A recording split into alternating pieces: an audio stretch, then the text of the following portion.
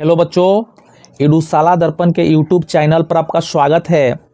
बच्चों, तो आज हम लोग लेकर आ गए हैं क्लास 10 साइंस जीव विज्ञान की एक नई चैप्टर यानी चैप्टर 8, जिस चैप्टर का नाम है हमारा पर्यावरण। यह जीव विज्ञान क्लास 10 का अंतिम चैप्टर है। इसमें जितना भी टोटल इम्पोर्टेंट ऑब्जेक्टिव प्रश्न हैं यानी वस्तुनिष्ठ प्रश्न हैं, सभी प्रश्न को हम लोग एक ही वीडियो में क्लियर करेंगे। यदि कोई बच्चा आज जुड़े हैं या नए हैं तो पिछले वीडियो को जाइए। इस चैनल पर क्लास 10 जीव विज्ञान के टोटल वीडियो को पार्ट वाइज हमने अपलोड कर दिया है। उस वीडियो को 2 बार 3 बार देखिए ताकि और अच्छा से समझ में आ जाए। और यदि इस चैनल को सब्सक्राइब नहीं किए हैं तो सब्सक्राइब कर दीजिए, बेल आइकन बटन को दबा दीजिए ताकि अगले वीडियो का नोटिफिकेशन आप तक ज़रूर पहुँचे। यह जो क्लास है बच्चों एकदम फ्री ऑफ कॉस्ट है, इसमें कोई पैसा नहीं लग रहा है। इसलिए सभी बच्चे जुड़िए, कमेंट करते रहिए, कमेंट में बताते रहिए कौन कौन से बच्चे क्वेश्चन का जवाब सही दे रहे हैं। तो चलिए क्वेश्चन को स्टार्ट करते हैं। पहला टॉपिक है परितंत्र, जिसे हम लोग इकोसिस्टम कहते हैं। इकोसिस्टम से 1 से 10 प्रश्न लिया गया है, यानी क्वेश्चन नंबर 1 से 10 तक इकोसिस्टम से क्वेश्चन होगा। तो पहला क्वेश्चन है, परितंत्र क्या है? ऑप्शन ए केवल जैव घटक, ऑप्शन बी केवल अजैव घटक, ऑप्शन सी जैव और अजैव घटकों का समुच्चय, ऑप्शन डी केवल उत्पादक। तो बच्चों, परितंत्र हम लोग जैव एवं अजैव घटकों के समूह को परितंत्र कहते हैं। Option C right answer. जैव घटक में जितना भी सजीव प्राणी आते हैं वह जैव घटक में आ जाते हैं, और जितना भी निर्जीव प्राणी होता है वह अजैव घटक में आ जाता है, यानी दोनों के समुच्चय को हम लोग परितंत्र कहते हैं। Option C right answer. Question number 2 है, निम्नलिखित में कौन उत्पादक है? ऑप्शन ए हिरन, ऑप्शन बी बाघ, ऑप्शन सी घास, ऑप्शन डी चील।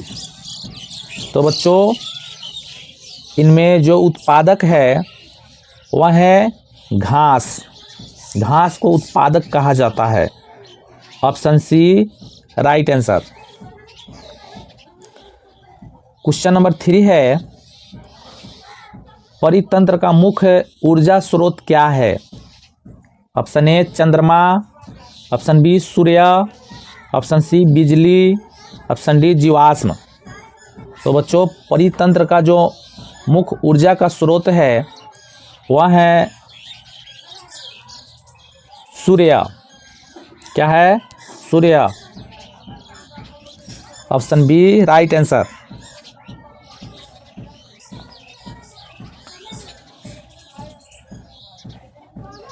अगला क्वेश्चन है, उपभोक्ताओं को कितने प्रकार में बांटा गया है? Option A 2, option B 3, option C 4, option D 5।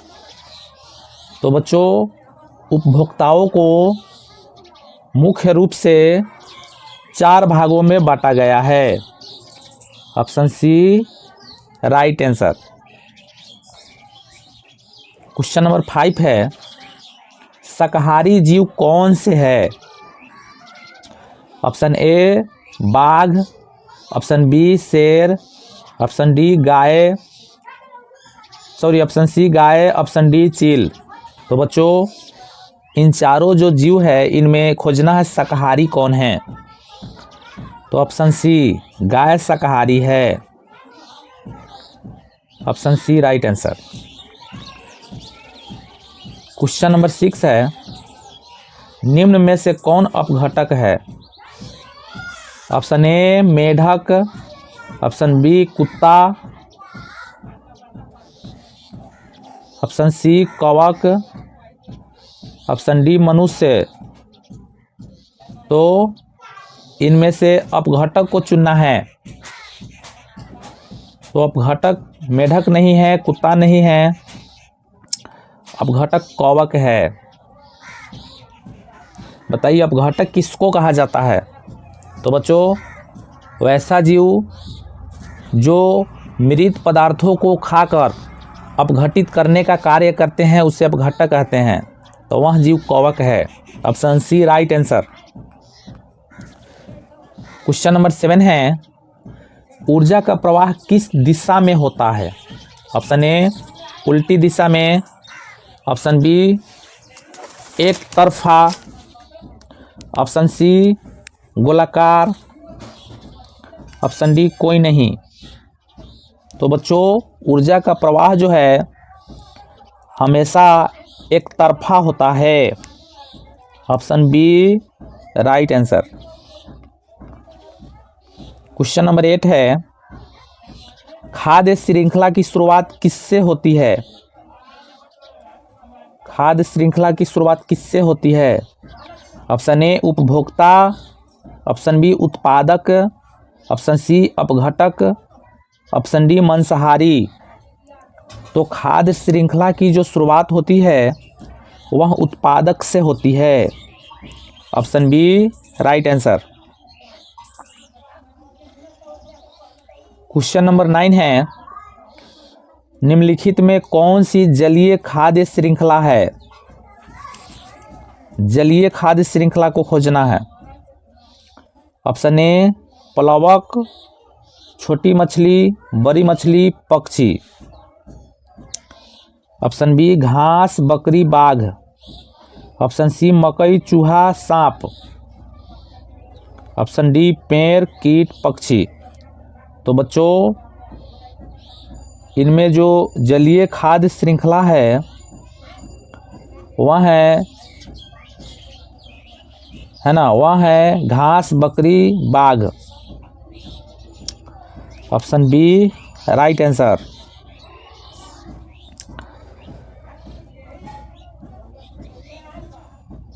Sorry, इसमें जलीय खाद्य श्रृंखला कहा जा रहा। जलीय एक शब्द यहाँ हम ध्यान नहीं दिए हैं, उस शब्द का नाम है जलीय खाद्य श्रृंखला। तो इसका आंसर ऑप्शन ए होगा प्लवक, छोटी मछली, बड़ी मछली, पक्षी। यानी प्लवक को छोटी मछली खाती है और छोटी मछली को बड़ी मछली खाती है और बड़ी मछली को पक्षी खाती है, इसलिए option A right answer. Question number 10 है, परितंत्र का संतुलन बनाए रखने वाला कौन है? यानी इकोसिस्टम को कौन बैलेंस करके रखता है? ऑप्शन ए मनुष्य, ऑप्शन बी केवल उत्पादक, ऑप्शन सी अपघटक, ऑप्शन डी सभी घटक। तो बच्चों परितंत्र को जो बैलेंस करके रखता है वह तीनों हैं, यानी मनुष्य, उत्पादक और अपघटक। Option D right answer. अगला टॉपिक है सेकेंड टॉपिक।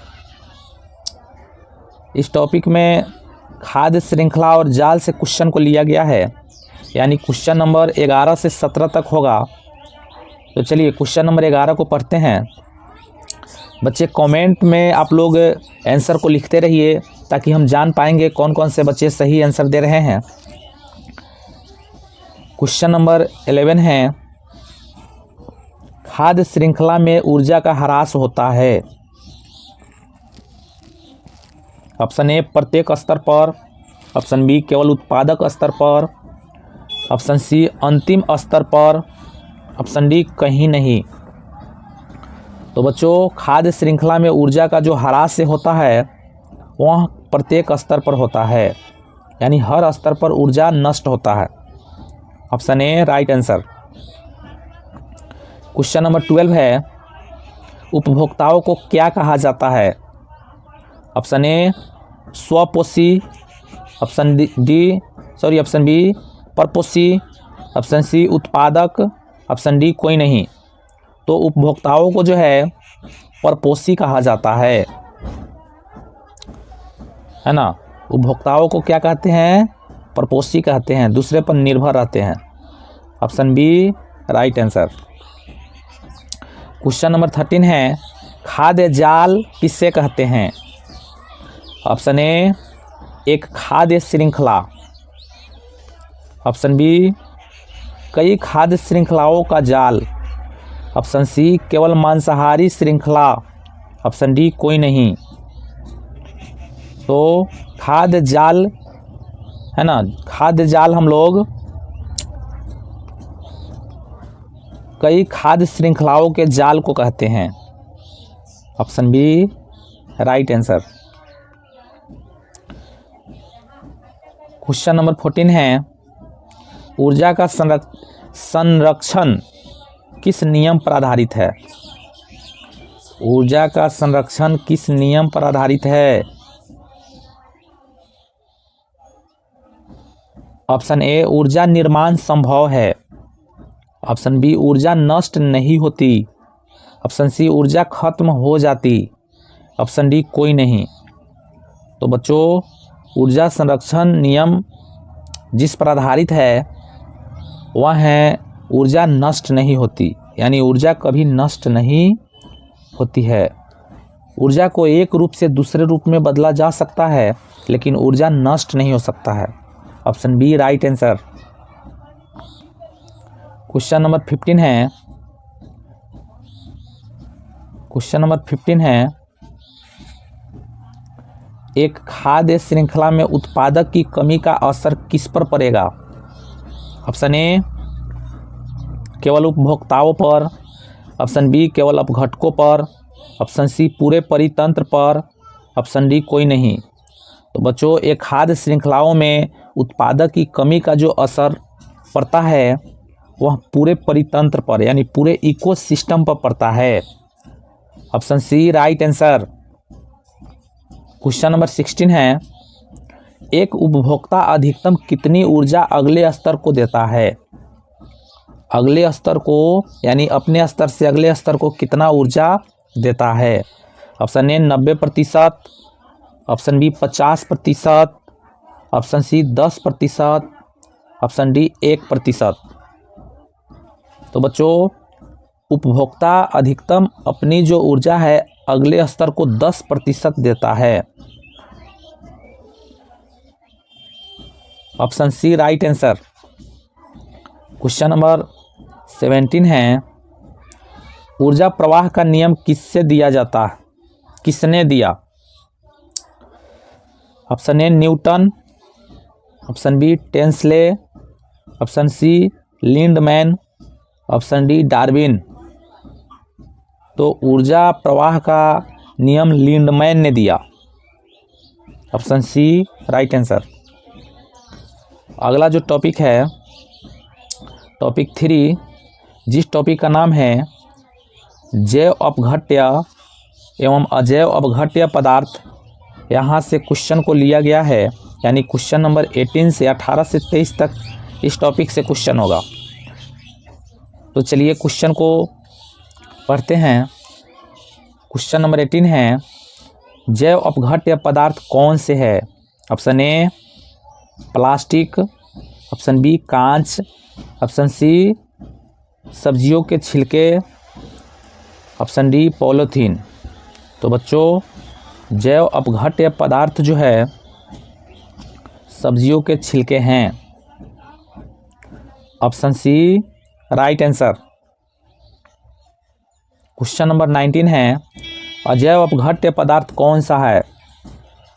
ऑप्शन ए कपास, ऑप्शन बी लकड़ी, ऑप्शन सी लोहा, ऑप्शन डी प्लास्टिक। तो बच्चों अजैव अपघट्य पदार्थ जो है इनमें जो है प्लास्टिक है। अजैव की बात कहा जा रहा है यानी निर्जीव, अपघट्य इसका अपघटित नहीं होता है। Option D right answer. Question number 20 है, जैव अपघट्य पदार्थ का अपघटन कौन करता है?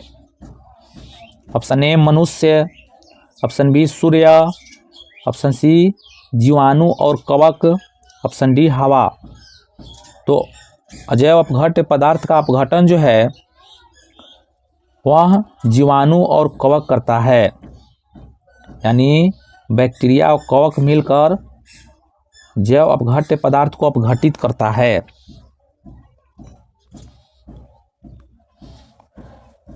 अपघटन की प्रक्रिया को क्या कहते हैं? ऑप्शन ए विघटन, ऑप्शन बी संश्लेषण, ऑप्शन सी संयोजन, ऑप्शन डी निर्माण।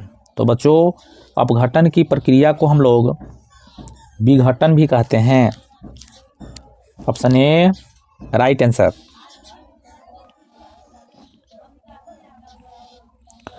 क्वेश्चन नंबर 22 है, अपघटक पदार्थों से क्या लाभ होता है? ऑप्शन ए मृदा उपजाऊ बनती है, ऑप्शन बी प्रदूषण बढ़ता है, ऑप्शन सी जल दूषित होता है, ऑप्शन डी कोई नहीं।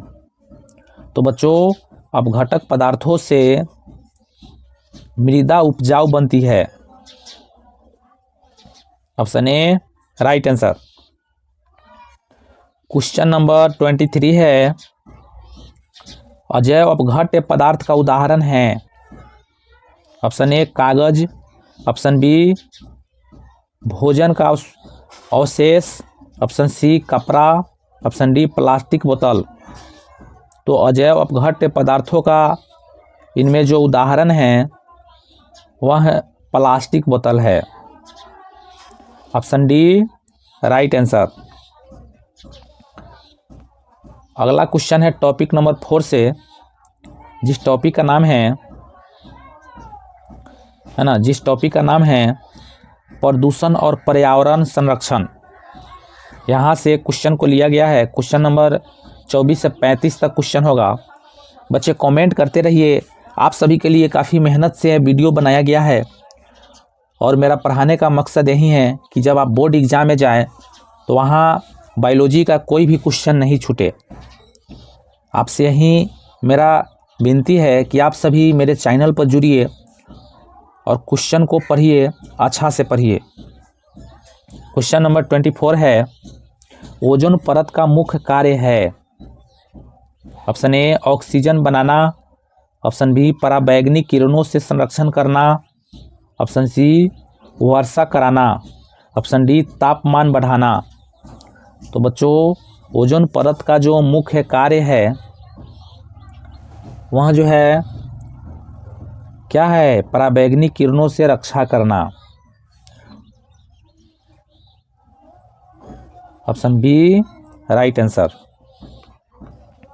क्वेश्चन नंबर 25 है, ओजोन परत का क्षय किससे होता है? Option A CO2, option B N2, option C CFC गैसों से, ऑप्शन डी O2 से। तो ओजोन परत का जो क्षय होता है वह हमेशा CFC गैसों से होता है। Option C right answer. बताइए CFC का फुल फॉर्म क्या होता है? 2 मिनट का टाइम देते हैं, बताइए। इसका ऑप्शन सी राइट आंसर होगा। CFC का फुल फॉर्म बताना। क्वेश्चन नंबर 26 है, ग्रीन हाउस प्रभाव का मुख्य कारण क्या है? Option A oxygen, option B nitrogen, option C carbon dioxide, option D ozone. तो ग्रीन हाउस प्रभाव का जो मुख्य कारण है वह है carbon dioxide. Option C right answer. हमने पूछा था CFC का फुल फॉर्म क्या होता है, तो CFC का फुल फॉर्म होता है क्लोरोफ्लोरोकार्बन। क्लोरोफ्लोरोकार्बन यही होता है CFC का फुल फॉर्म। यहाँ से क्वेश्चन आता है आपके एग्जाम में, CFC का फुल फॉर्म क्या होता है। चलिए अगला क्वेश्चन है 27, जल प्रदूषण का कारण है। ऑप्शन ए फैक्ट्री का अपशिष्ट, ऑप्शन बी वर्षा, ऑप्शन सी हवा, ऑप्शन डी प्रकाश। तो जल प्रदूषण का जो कारण है वह फैक्ट्री का अपशिष्ट है, यानी फैक्ट्री का जो भी कचरा वगैरह है वह जल में जब गिरता है तो वहीं जल प्रदूषण का कारण बन जाता है। क्वेश्चन नंबर 28, प्लास्टिक का अत्यधिक प्रयोग किस समस्या को जन्म देता है? ऑप्शन ए मिट्टी की उर्वरता बढ़ाता है, ऑप्शन बी मिट्टी प्रदूषण, ऑप्शन सी जल की शुद्धता, ऑप्शन डी कोई नहीं। तो प्लास्टिक का अत्यधिक प्रयोग जो है हमेशा मिट्टी प्रदूषण की समस्या को जन्म देती है। Option B right answer. इसलिए कहा जाता है प्लास्टिक का अधिक प्रयोग नहीं करें, प्रयोग करने से क्या होगा, मिट्टी प्रदूषण अधिक होगा। क्वेश्चन नंबर 29 है, ध्वनि प्रदूषण को मापा जाता है, यानी ध्वनि प्रदूषण को किस यंत्र से मापा जाता है? Option A volt, option B decibel, option C metre, option D ton. तो बच्चों ध्वनि प्रदूषण को हमेशा डेसिबल में मापा जाता है। Option B right answer.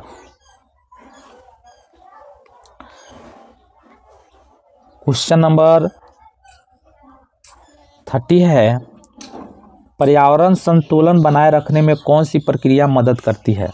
Option A प्रकाश संश्लेषण, ऑप्शन बी वाष्पीकरण, ऑप्शन सी संक्षेपण, ऑप्शन डी गलन। तो बच्चों पर्यावरण संतुलन बनाए रखने में हमेशा प्रकाश संश्लेषण प्रक्रिया मदद करती है। Option A right answer. Question number 31 है, स्वच्छ भारत अभियान का आरंभ कब हुआ? Option A 2012, option B 2014, option C 2016, option D 2018। तो स्वच्छ भारत अभियान का आरंभ जो है 2014 से हुआ। Option B right answer. Question number 32 है, जैव विविधता का अर्थ है? ऑप्शन ए एक ही प्रकार के जीव, ऑप्शन बी विभिन्न प्रकार के जीवों की विविधता, ऑप्शन सी केवल जानवर, ऑप्शन डी केवल पौधे। तो जैव विविधता का अर्थ जो है विभिन्न प्रकार के जीवों की विविधता है। Option B right answer. Question number 33 है, पर्यावरण दिवस कब मनाया जाता है? ऑप्शन ए 5 जून, ऑप्शन बी 22 अप्रैल, ऑप्शन सी 1 दिसंबर, ऑप्शन डी 14 नवंबर। तो बच्चों पर्यावरण दिवस हमेशा हर साल 5 जून को मनाया जाता है। Option A right answer. Question number 34 है, पर्यावरण संरक्षण का सर्वोत्तम तरीका क्या है? ऑप्शन ए पेड़ काटना, ऑप्शन बी पेड़ लगाना, ऑप्शन सी अपशिष्ट बढ़ाना, ऑप्शन डी प्लास्टिक प्रयोग। तो बच्चों पर्यावरण संरक्षण का जो सर्वोत्तम तरीका है वह जो है पेड़ लगाना है, यानी पेड़ लगाने से हमारा पर्यावरण दूषित नहीं होगा, वह संरक्षित रहेगा हमेशा के लिए। क्वेश्चन नंबर 35 है, आज के लिए अंतिम क्वेश्चन है। इस क्वेश्चन का जवाब आप लोग कमेंट बॉक्स में लिखिएगा। पहले क्वेश्चन को हम पढ़ते हैं। क्वेश्चन नंबर 35 है, जैव मंडल का अर्थ है? ऑप्शन ए पृथ्वी का वह भाग जहां जीवन संभव है, ऑप्शन बी केवल जल भाग, ऑप्शन सी केवल स्थल भाग, ऑप्शन डी केवल वायु। तो बच्चों इस क्वेश्चन का जवाब आप लोग कमेंट बॉक्स में लिखिए, और कमेंट बॉक्स में ये भी लिखिएगा यदि आपको फिजिक्स केमिस्ट्री 2 सब्जेक्ट और चाहिए तो इससे भी कमेंट बॉक्स में ज़रूर लिखिएगा, ताकि आप लोग के डिमांड पर फिजिक्स और केमिस्ट्री दोनों पढ़ाएं। आज तो हमने बायोलॉजी चैप्टर का जितना भी क्लास 10 के ऑब्जेक्टिव क्वेश्चन है सभी क्वेश्चन को हमने कवर करा दिया है। यदि कोई बच्चा पिछले वीडियो को नहीं देखा है तो उन सभी वीडियो को देखिए, यानी पार्ट 1, पार्ट 2, पार्ट 3, पार्ट 4 इस तरह से सभी वीडियो को पार्ट वाइज हमने बनाया है। टोटल लेसन को, यानी लेसन 1 से लेकर लेसन 8 तक हमने जीव विज्ञान कंप्लीट करा दिया है। क्या करा दिया है? कंप्लीट करा दिया है।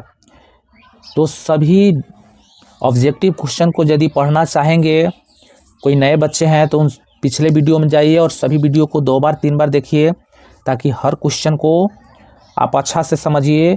यदि इन सभी क्वेश्चन को आप पढ़ लेते हैं तो बायोलॉजी ऑब्जेक्टिव क्वेश्चन आपके एग्जाम में कहीं से आवे तो छूटेगा नहीं।